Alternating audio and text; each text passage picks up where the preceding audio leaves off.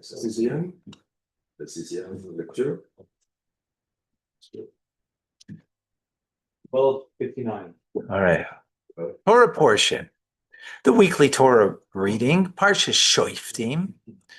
We're in the book of Devarim, Deuteronomy. Moshe Rabbeinu Moses is giving us a lot of laws now. This is his final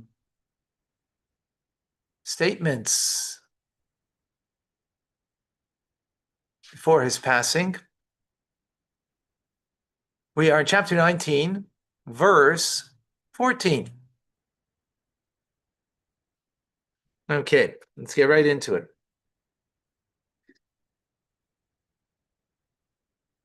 Some laws about the land of Israel that they're going to come into. So verse 14, Lo sasig, you shouldn't approach gvul reyacha, the boundary. Gvul is a boundary, reyacha, of your friend, of your fellow. Asher govlu rishonim, that were marked out originally, that were made a boundary.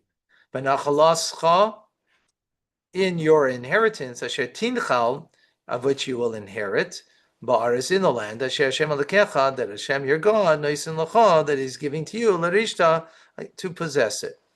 Right, very oft repeated, the same idea that we're going to take possession of the land. Right, so this is about moving a boundary, right?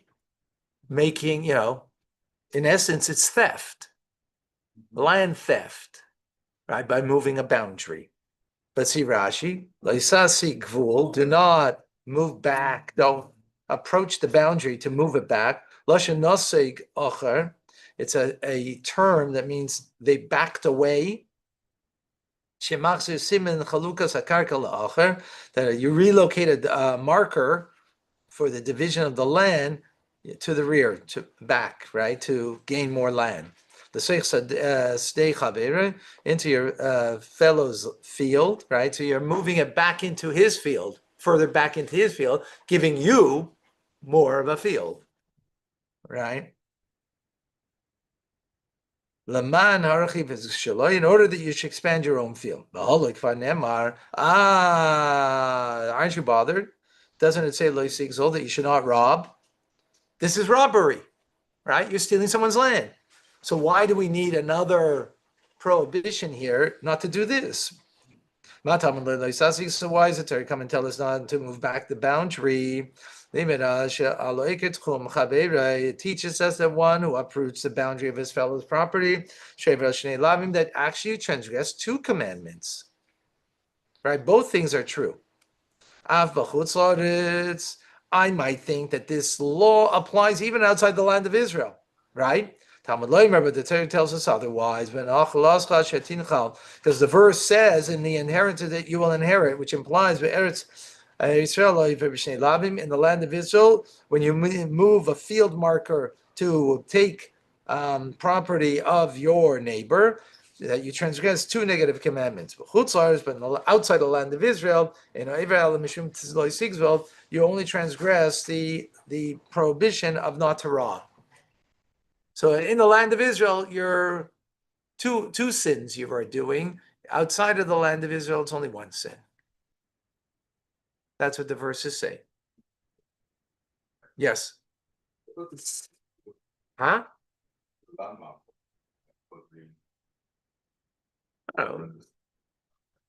Whether you moved the fence, a movable fence, you moved it, or it was just a marking, right? You had cones.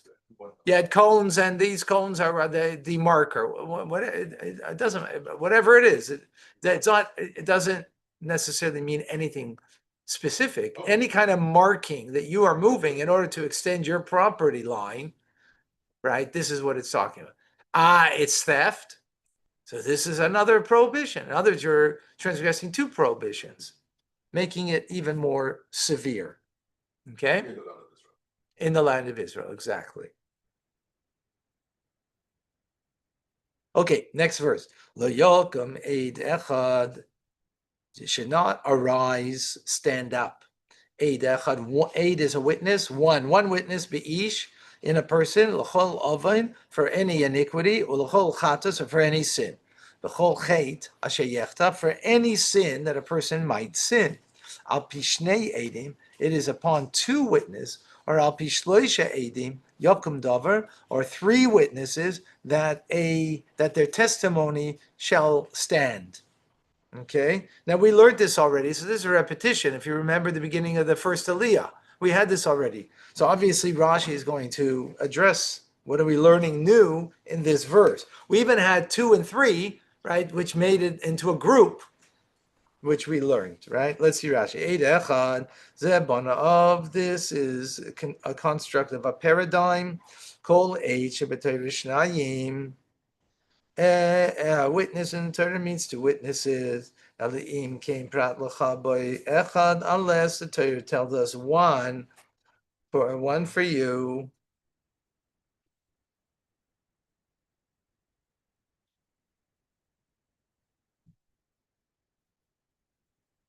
By using the word eid echad, one witness, so the verse is implying over here, without the adjective echad, one, right? The aid refers to a set of witnesses whose testimony would be acceptable by Beis Din, right? So here the fact that it's saying eid echad, meaning there will be circumstance that one witness has an application. We learn from here that one witness doesn't mean a group of, right? Because it says one. If it would have just said the word aid, right, that's what it means, right? L'chol avan, l'chol chates, for any iniquity, for any sin. What does that mean? Right? It's not repetitive. For the fellow to be punished by his testimony, not a corporal punishment, but a monetary punishment. But a single witness does stand up for the obligation to take an oath, for instance. For instance. Okay, in other words, we're saying one witness, right, doesn't stand for what? Doesn't stand when it comes to the sin of an individual that should bring a punishment to that person, whether it's a corporal punishment or a monetary punishment. But Eid Echad, by one witness, does come to oblige something. That's what Rashi's coming to say over here. What does it come? Amar l'chaver, someone said to his friend, Ten li mana b'shel give me back the mana, the $100 that I lent you. Amalai, the borrower said to him, you have nothing in my possession. I have nothing of yours in my possession. And now a single witness testifies against him. That he does have. So what does that do? We just learned that only 2 or 3 will oblige you for what? Monetary consequence. There's a monetary consequence, right? One witness can't do that. But so then what is what witness is doing? So one witness comes, that he does. Now he obligates the borrower that he must take an oath. Now the borrower has to take an oath and say, I don't owe you anything, right? And then he's not obliged. So in other words, the diuk over here, the exactingness in the verse is that one witness is not obliging you for a sin, iniquity, meaning to oblige you for corporal punishment or monetary punishment. But it's going to oblige you to take an oath, right? You denied, but now one witness came and said, but you do owe him. So now the borrower needs to take an oath in order to absolve themselves from any obligation, okay? So it says here that usually it's 2, that's the law, unless Hashem specified that 1. Right, but that's here, it's Right, specified. yes. So here he's specifying 1.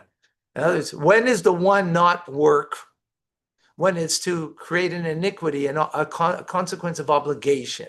But when does it work? That's the point he's making over here. But we're learning it from here. That's the point. Yeah, it is here. Okay, so that's what we Here just said. you can.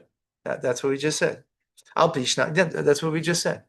Al Pishna Meidim, by two witnesses, Lo Yichtavu Edusam Bigeres. So it says by the mouth, meaning that they can't write their testimony in a letter. That they should send it to court.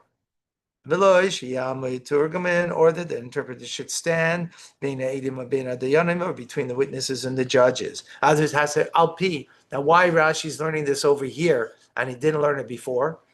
Before it also said Alpi, right? Also said with the mouth of. So why is Rashi learning it over here? I don't know. Good question. Okay, verse 16. Ki yokum eid Hamas be'ish. When they will arise, stand up, aid as a witness, Hamas. You know what that means? Fabrication, a liar, a false witness. Be'ish, la'anais le'sora, to respond in a fabrication. It says over here, sora, like to remove from the straight line. Fabrication. Look at that. They carry well their name. Exactly. The testified fabrication against him, that's a thing that doesn't exist. Shows for this witness is removed. From this entire testimony. What does that mean? The witness came and disqualified them. They said to them, were you not with us in that day? The more complaining in such and such a place. So what's happening over here? How is it their false testimony? What makes it that it's a false testimony? Because other witnesses come and remove their testimony. They testify a fabrication, boy in him, Sora, a fabrication. In other words, these two or three witnesses, right, are coming to fabricate, to make a fabrication of the previous witness. Well, how are they fabricating it? What does it mean? They're not fabricating and saying that what you're saying is, how are they showing that it's a lie? I'm not sure how it gets out of these words over here, to be quite frank. You have to see that, figure that out. Not that saying, oh, if the testimony was, you lent him money, and he's saying, no, you didn't lend him money. That's not what they're saying. You're saying, I saw you lend him money, it says, on such and such a day. The other testimony is coming, no, such and such a day, you were with us in New York, right? That's what the testimony is. That's what makes a fabrication. The fabrication is that they couldn't have made that testimony because other testimony coming and saying, right? So they're not arguing about what the testimony is. They're arguing, their testimony is that they could not have given that testimony because they were in a different place. That's the fabrication. Okay? Why is he speaking in the singular? Not saying witnesses, but here it says one. Boy, it says boy, ish. It says be ish. So we said over the previous Rashi said that. Previous Rashi said when it says Eid Echad, then right, but I'm not exactly certain because he said that proves a binyan av that wherever Eid is said. I don't know. Good question. Good question. I'm not certain. Huh? What was the question? Why is it in singular term, not plural? Because it needs to be two testimonies, right? I'm not, good question. I don't know. 17, we got a little truck because there's a lot to do over here. Excellent question, but we're not going to look into it now because I'm going to move on. Chaim, please look into it. Give us an answer. Okay, number 17. Va'amdu shnei anashim. And there will stand up two people, two men, asher lahem riv, that they have a dispute, right? You're getting up, lifnei Hashem, before God, lifnei kohanim, and before the kohanim, Shoftim, and the judges, asher yu b'yamim mahem, that will be in those days. Okay. So we're talking about litigants over here, right? Let's see Rashi. Two men shall stand. This is speaking about witnesses. This teaches us from here we see that there's no testimony by women. Women don't give testimony when it comes to this kind of in this area where will be a consequence of a punishment or monetary payment. It teaches also teaches that testimony has to be given standing. That they have a dispute. These are the two litigants. Wow, I read it differently, right? Because that's no, and Rashi doesn't. I'm not certain why, how he has to learn it that way. What forces it over here? Because he's saying that Amdu Shnei Anashim, these are two witnesses. Asher lahem riv, to them is a dispute. So I don't know how Rashi gets to read it that way. Asher lahem riv, ele baleidin, these are the litigants.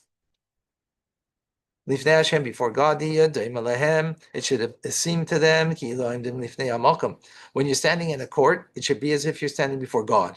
Shenamar, as it says, in the midst of the judges, God, he shall judge. Asher you be they'll be in those days. Yiftach in his generation, Shmuel B'Deirei is like Shmuel in his generation. You must treat him with respect. In other words, a previous generation might have been greater judges, but whoever the judge is in your generation might be a lot less of a judge, quality of the qualification, but you have to treat him with respect.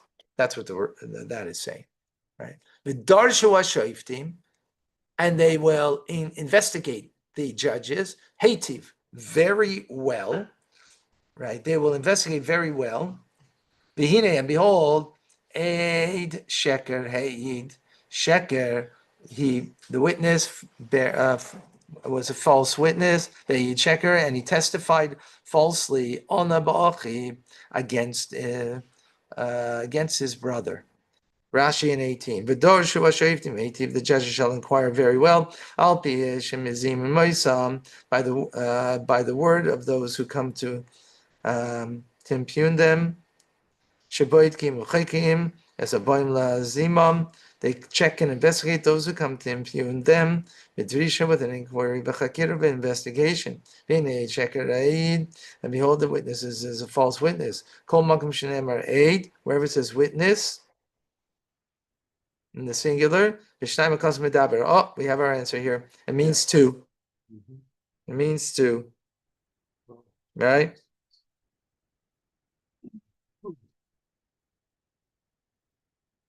Why does it mean two? Because it doesn't say aid. Aid would mean singular. Ha-aid, the witness, means the group of the witness, which means two or more, right?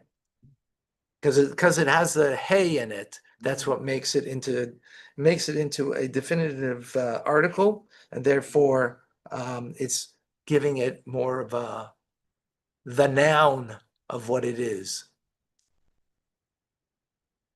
Okay, 19. So now these witnesses are false witnesses, right? So now comes something very interesting that is very, this is a chayk, statutory law that doesn't make sense. And you should do to him kasher zamam, that he conspired to do to his brother.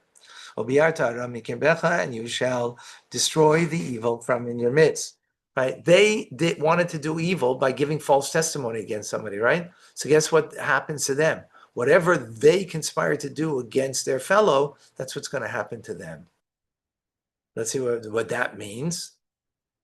Rashi, kasher zamam, that they conspired, like kasher asa, but not what they conspired, but not what they did. Right? From here we learn hargu, that if the witnesses were false witnesses and they killed a person because of their testimony, right? And they're gone. They're not killed. They're not killed if they, right? If the testimony that Reuben and Shimon gave, because of that, Levi was killed, they won't be killed as a result. That's what the verse is saying, because the verse is saying which they conspired to do, not which they did, right? What does it say to his brother? What's the emphasis to his brother? Right, seems to be superfluous. This teaches us this teaches us about those who testify falsely regarding a married daughter of a kohen by saying that she committed adultery. That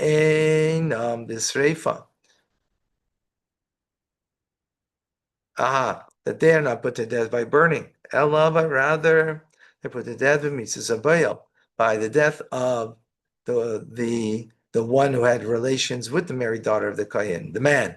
Shubachenik, that he's of strangulation. Shenemar, as it says, he ba'ishti, sort of that she gets burnt by fire, not literally fire. She gets something that is burning that brings her death.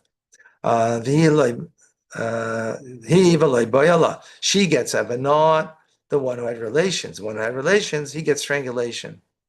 That's why it says there's an implication over here that has nothing to do with the context of what we're speaking about. But it is kind of hinted in the word because it's superfluous. That he conspired to do to his brother, but not what he conspired to do to his sister. But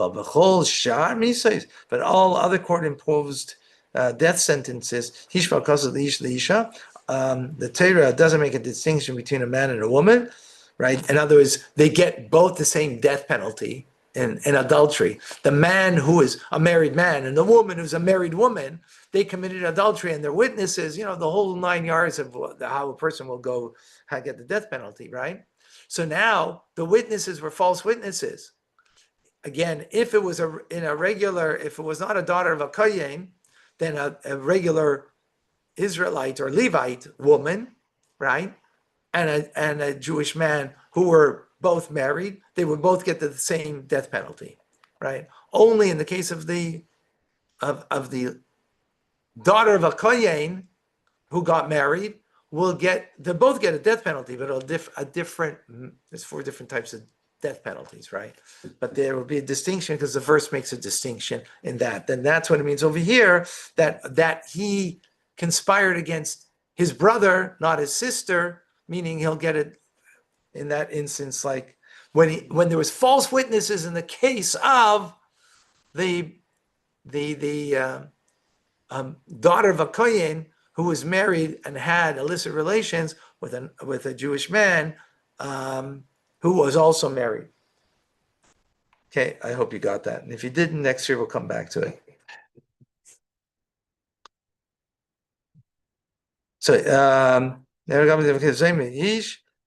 for instance, they testify against her, Shahag is an effort, that she killed a person, is a Shabbos, or she desecrated Shabbos, and then these witnesses were found false witnesses, right? They would be killed with the death that she would be killed. Because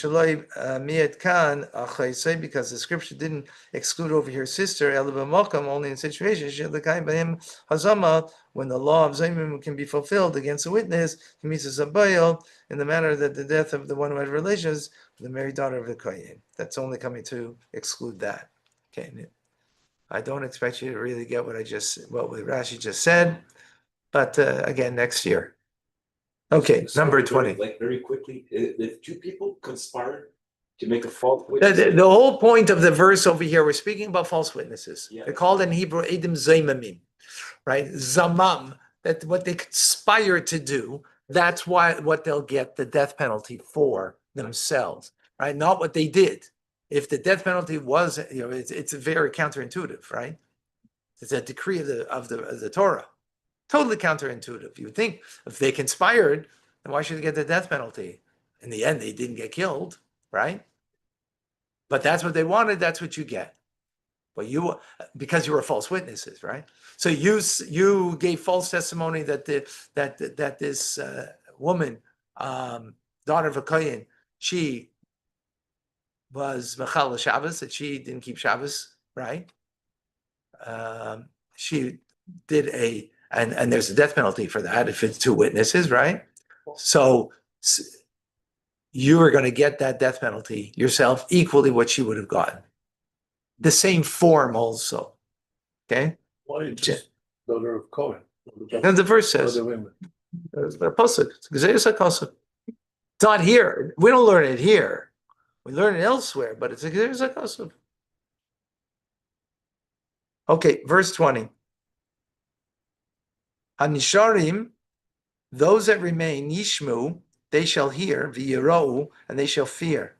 And they should not continue to do oida davar, this thing, hara, that's evil, hazeh, this, the evil thing, bikirbecha, amongst you. In other words, the rest of the community, listen and watch what's going on over here. You were going to bear false testimony. Look what's going to happen, right? This is what the verse is saying, but let's see Rashi. Yishmu b'yiro, they should listen in fear. Mikan, from here, that there needs to be an announcement. Ish pleni or pleni, the such and such a man, their ragim are going to be killed. Al shehuzmu, because they were false witnesses, but based in court. In other words, what the verse is coming to say here, how they're going to listen and hear. If this is all done secretly behind closed doors, then no one's going to know. No, everybody needs to know because they're making an announcement in the community that this is what's going to happen now, that this person is going to get killed, these witnesses are going to get killed because they bared false testimony in order to prevent further false testimony. Okay? Number 21, he says in the Milchama, 21, you should not have pity, your eye shouldn't have pity. Don't have pity. Nefesh b'nefesh, a life for a life, ayin be'ayin, an eye for an eye, shein b'shein, a tooth for a tooth, yad b'yad, a hand for an hand, regel b'regel, and a foot for a foot. Rashi, ayin b'ayin, an eye for an eye, mummy. This means payment of money. B'chein, b'shein, b'shein, similarly, tooth for a tooth. It doesn't mean here, wow, I just had an epiphany. We have this many times in the Torah, an eye for an eye, right? Right. In other places, it's not so clear, and Rashi explains it doesn't mean an eye for an eye. It means the value of an eye for an eye, right? But here, it really means that because you can't bear testimony to take out someone's eye, right? You're not bearing. So, false witness is not going to have an eye taken out of him because what are you giving testimony to? What? I saw you gave me a dirty look. Take out your eye. Sorry, it doesn't say that, right? Where are you going to get it? Where is an eye ever going to take it out of a person? That you're going to bear testimony and someone, your eye won't be taken out. So what does it mean? It means the value of an eye. It means the value of an eye. The Torah is coming to say here that in other words, when you're bearing false testimony, let's say it's monetary, till now we gave examples when it was capital punishment. This verse is coming to add that when you are going to bear false testimony that this person owes such and such, right? He owes him the money. You're false testimony. Now you're going to have to pay that money, eye for an eye. The value of the eye. Got it? Yeah. Wow. And it can only mean that here. Why? Because false testimony can never get someone's eye taken out. No such thing. Well, again, what? You looked at me a little crooked, so now your eye's going to take it. Sorry, it doesn't say that. When will your eye ever be taken out? That someone's testimony could bring that law about? Never. So what does it mean? Monetary. That's what Rashi says. Got it? Yeah. And therefore, in every other instance, it also means that. Because we have this several times in the Torah. It's equivalent of tooth for tooth. And same thing, tooth for tooth. Same thing. The value. Because when will you ever give a testimony that a person's tooth should be taken out? Because if someone bit somebody, right? Someone bit somebody and they bit their ear off. You take out their teeth? No, you have to pay for the tooth. They have to pay for the pain. They have to pay for the damage. They have to pay for the hospital bills. That's what you have to pay for. And that's where it brings that later, another time also brings that very same law, right? But you don't take out the person's tooth because he bit with his tooth, right? There's no such law. So what does it mean? It means the value, as Rashi says. Wow. And here, what's important over here, in other instances, we'll see it may not be as obvious, but here it's very obvious that that's what it means. How come we pay dentists then? They take out our teeth and we still have to pay them. Yeah, you can bring this up to them and see what they say. We can bring it up to them. Appointment next time. Yeah. Okay. Chapter 20, verse number 1. Wow. That was an epiphany for me because, again, in other places, when it says that, it's not so obvious as it is here. Here, it's much more obvious that this is the meaning of it, right? Okay, let's go.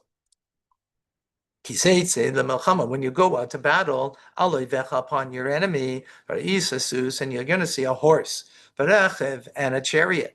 Am Rav Mimcha, people that are more numerous than you, Loisira, do not have fear, mayhem from them. Ki Hashem Elokecha, because Hashem, your God, Imach, is with you. Hamal Chamer Yitzrayim, the one who took you out of Egypt. Remember that God took you out of Egypt? He's with you.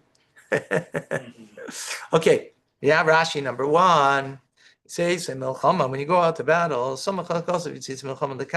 the juxtaposition of the war over here is next to the witnesses of the false witnesses, an eye for an eye. Why? This is to tell you that someone is missing a limb doesn't go out to battle. Wow. Juxtaposition. If he's missing a limb, he doesn't go out to battle. Okay?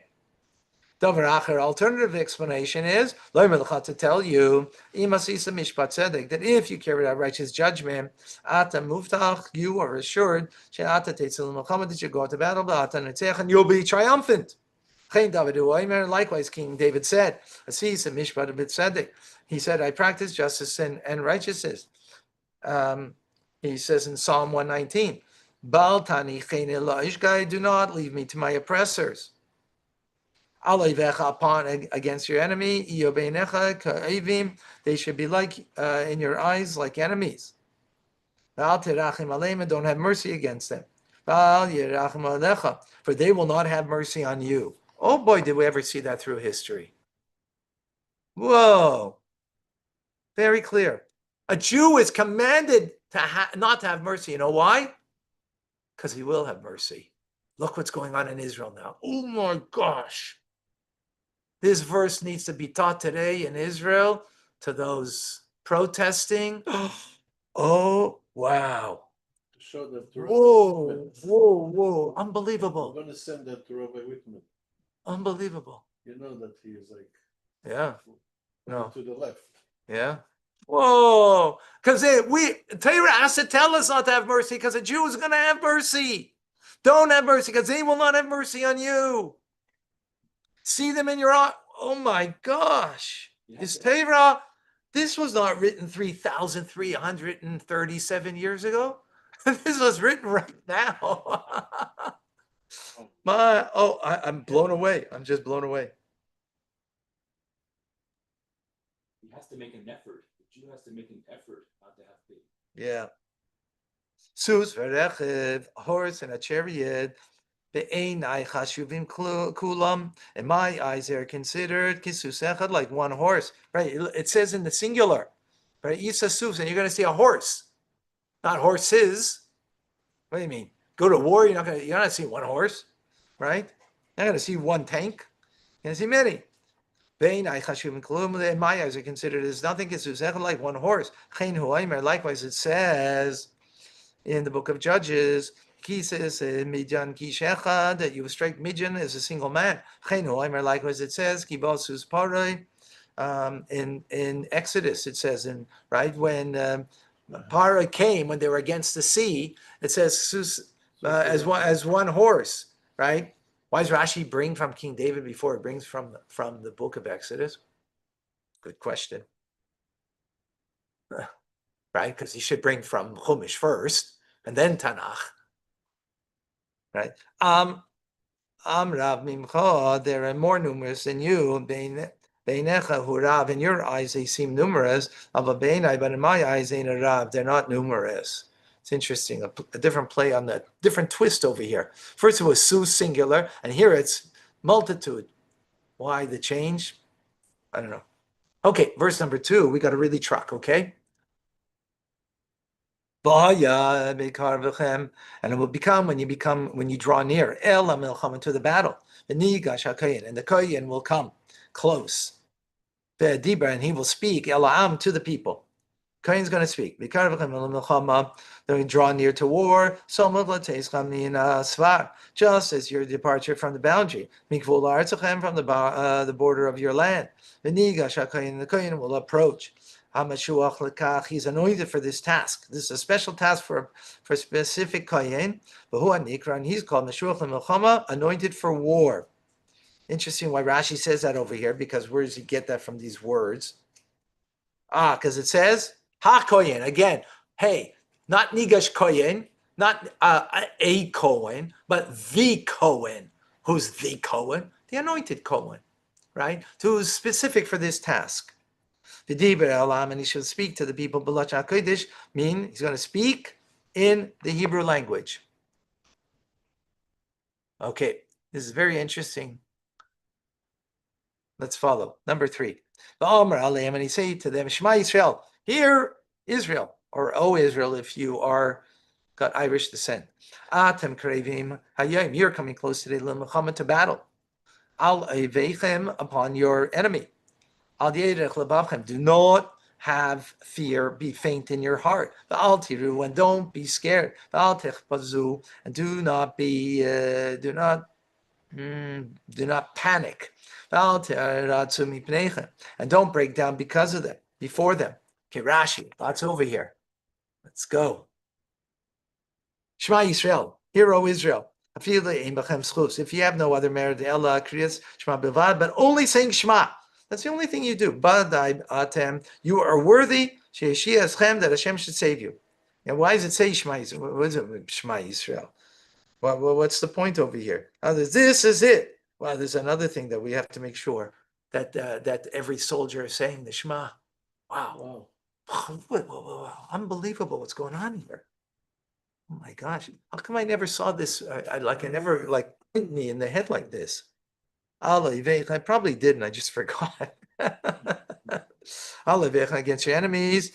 So again, it's repeating against your enemies, right? So Rashi says, "Ein eila achechem." These are not your brothers, right?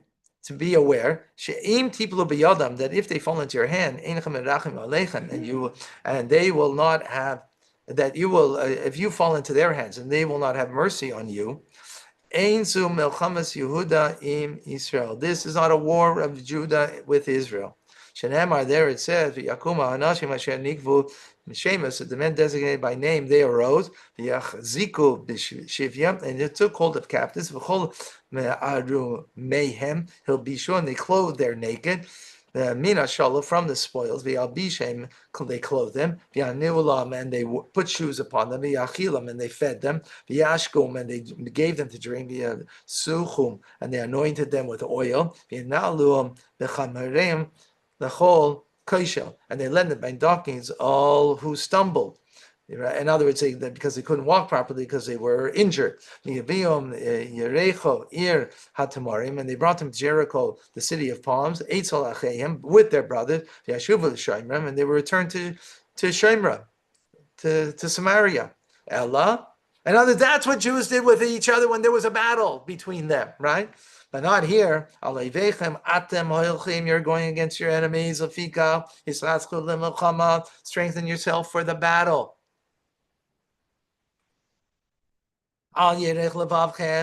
Do not be faint of heart. And don't be afraid. And don't panic. And don't break down. There's 4 prohibitions over here. Keneged, Arba Dwarim, corresponding 4 different things. That the kings of nations, they do to frighten the enemy when they go to war. Sehem. They make their shields collide. They bang the shields together. Kedei lahakshim zeh lezeh, in order that they bang against each other. Kedei lahashmi'a bekel, in order to produce a loud sound, a deafening sound. In order that those who oppose them, that they should panic and flee. And they go on their horses and they stamp on the ground, and they make them neigh with a frenzy. Shatas to make the sound of the beating of the horses, that it should be heard. And they shout with their voices, and they blow the trumpets. 4 different things here.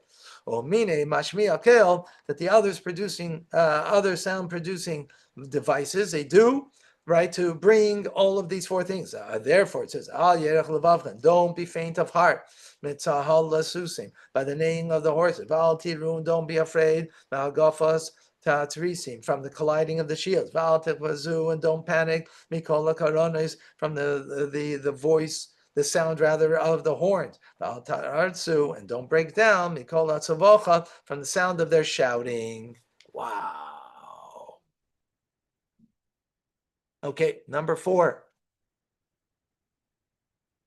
Ki Hashem Alekechem, because Hashem your God, is going with you. To battle for you. Al im oivechem, against your enemies, to save you. Rashi, number 4. Ki Hashem Alekechem, for Hashem your God, they come to the triumph of the triumph of flesh and blood. Oh,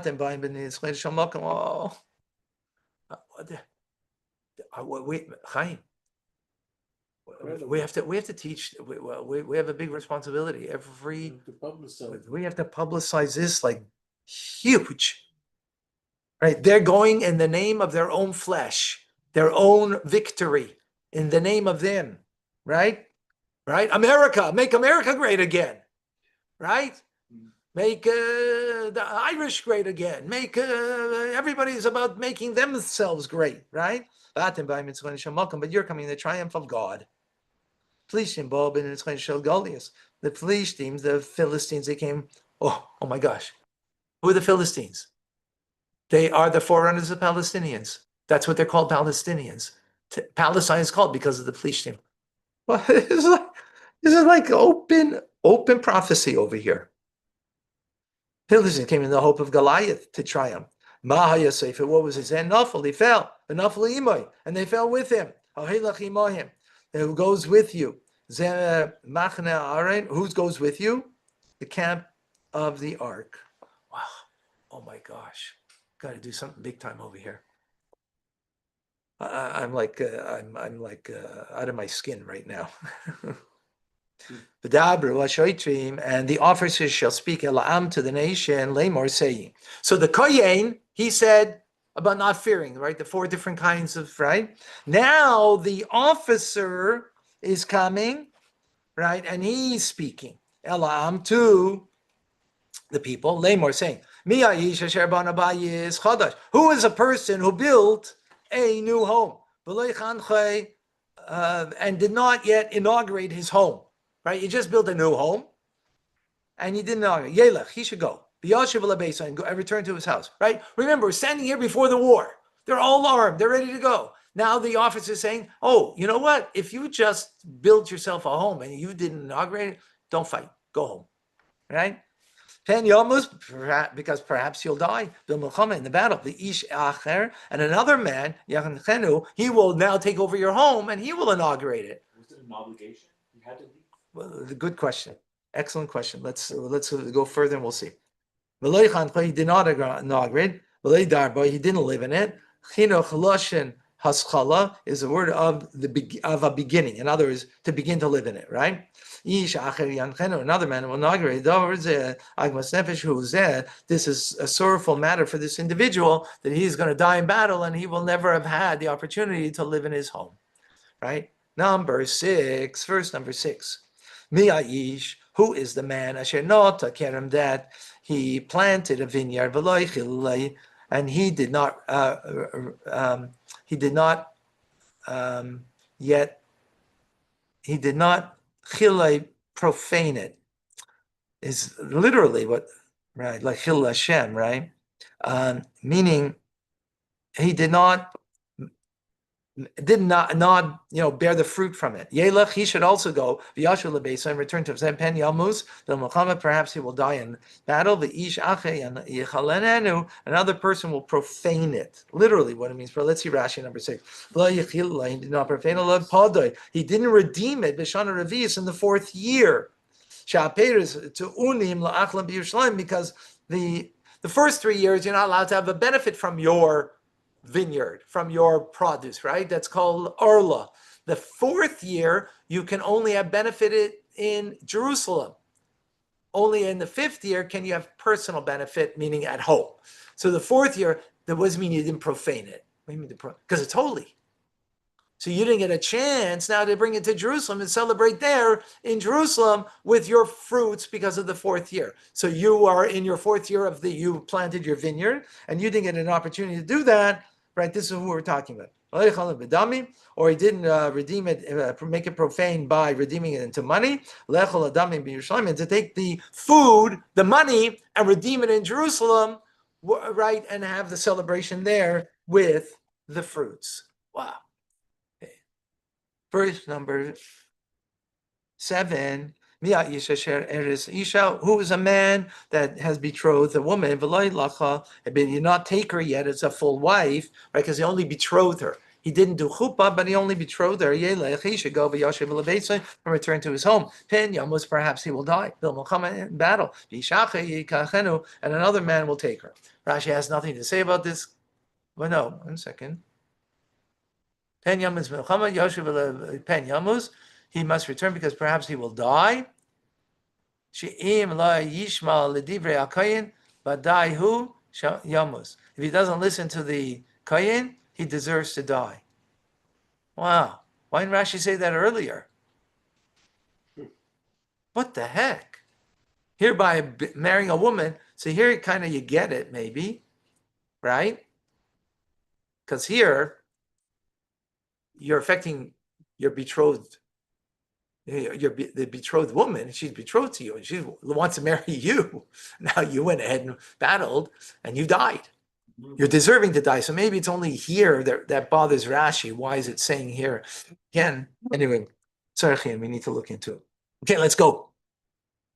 Yasfu Ashaytrim, and they shall add more officers ledaber to speak elam to the people of Omru, and they shall say, Mi'aish, who is the man? Now sing another thing, right?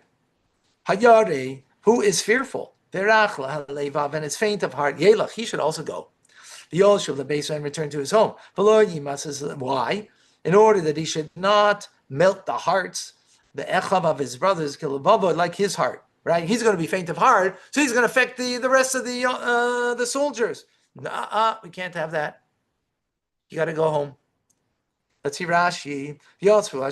Add more officers. Why do you have to add more officers? Why couldn't the first one? They're adding to the words of the kohen. That's what it means. That the kohen speaks. In other words, it's the kohen now that's saying this. Right? Could be the whole thing maybe he was saying. I'm not certain. I think so. Right? And Umashmiya, and he's announcing the speaks, and the other Kohanim repeat the words loudly. Shema Yisrael. From Shema Yisrael, from those very words, hear, O Israel, right? Ad lo yashiaschem, until the past verse, to save you. Mi'ayish, whereas the man, Ushnei V'Sheni V'Shlishi, the second and the third verses, which the Kohen Medaber, the Kohen speaks, V'Sheitim Mashmiya, and the officer announces. Other officers repeat the words loudly. But this verse, Sheitim Medaber, the officer speaks, V'Sheitim Mashmiya, and the officers are announcing it. Aha! So it's two different modes. But fearful and faint of heart. Rabbi Akiva says this should be understood as it sounds. He's not able to stand in the battle of war. To see his sword drawn against him. Rabbi Yosi Aglili, but Rabbi Yosi says a verse is speaking about Yare someone's fearful of sins that he has. The Kaf told so that's why Torah provides for him a pretext. Returning to the house or the vineyard or his wife, to cover up the return of those who have sins in their hands. The people shouldn't discern that they're really sinners, and that's why they're going back. Because of those who see him that he's returning, Shema Bonabayis, maybe he built a house, or not to Kerem, he planted a vineyard, or She'eris Isha. So there's a debate on what this means. Okay. What's the difference between Omer and Mashmiya? You know what? It's already after the time. So in the previous Rashi, one is the Kohen. One is the Kohen is saying it, and the Shoftim are repeating. Other words, the Shoiter is saying it, and the Shoftim are repeating loud. And others, because remember, it was a big crowd, so one person is saying it, not everybody could hear it. So they had to have them, like mixed around, so that they would be able to be like,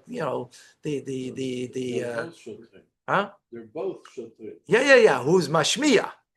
Yeah. The Mashmiya is both Shotrim. Okay. Last verse. And it was when the officers finished to speak. Elaham to the people. The appointed leaders of the legions at the head of the people. Rashi in 9. Sorry, tzavos, leaders of the legion, shemamidim as a kifim, that they were called upriders.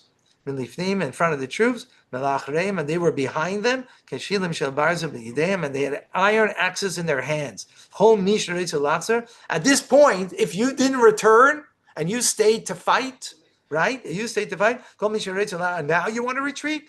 They had the permission, the authority, to cut off their legs. That's why they're called upriders, that the people should stand at the edge of the battle formation, to raise upright those who were falling, to strengthen them verbally, go back to fight, don't flee. The beginning of the downfall is flight. That's where you get fight or flight. At this point, now, in other words, until this point, you could return, right? But if after this point you're in battle, you can't, there's no